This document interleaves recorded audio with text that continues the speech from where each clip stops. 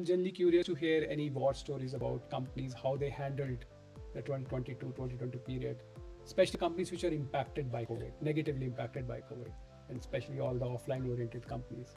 If you can talk about how did you see those companies manage that situation? I can start.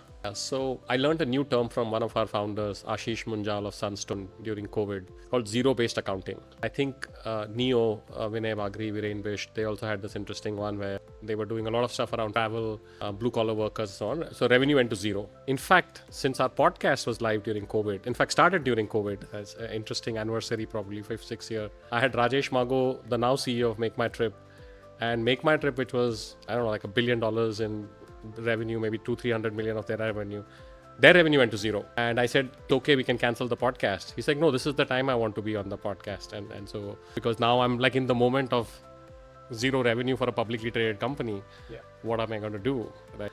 So the zero-based accounting was look at all costs from scratch, right? This is what Ashish and Sunstone guys kind of taught me.